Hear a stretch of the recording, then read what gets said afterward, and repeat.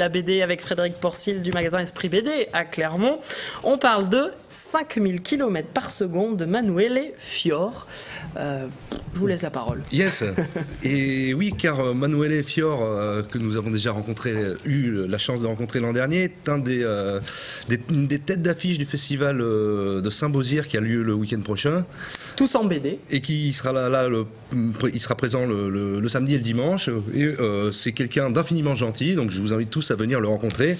Et il a signé cet album, 5000 km par seconde, déjà qui est sorti début 2010 et qui a eu la distinction suprême dans le monde de la bande dessinée, à savoir le Fauve d'Or du dernier festival d'Angoulême. Le Fauve d'Or, c'est le prix. C'est la Palme d'Or d'Angoulême, en gros, pour que les gens comprennent bien. C'est la Palme d'Or, voilà, c'est le prix décerné au meilleur album de l'année écoulée par le jury des présidents.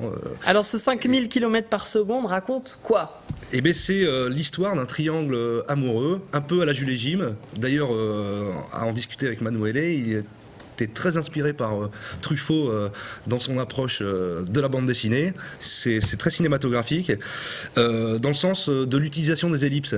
C'est-à-dire que ça va se situer à 3 époques.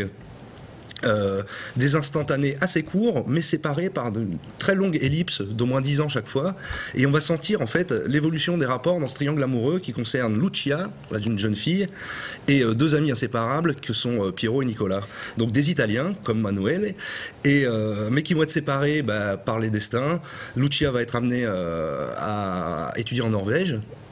Elle va se marier sur place, et lui, pas Nicolas, Piero, qui est plutôt l'acteur principal, va, pour des raisons archéologiques, son métier, aller du côté de l'Égypte, plus tard on le retrouve. Et ce qui est frappant, c'est l'utilisation des aquarelles. Voilà, j'allais dire, au-delà de l'histoire, c'est les dessins qu'on a envie de mettre en avant avec cette... C'est un formidable dessinateur, et il a une très grande sensibilité dans ses choix de couleurs, dans les attitudes, parce que les attitudes reflètent ce que l'ellipse a gommé beaucoup.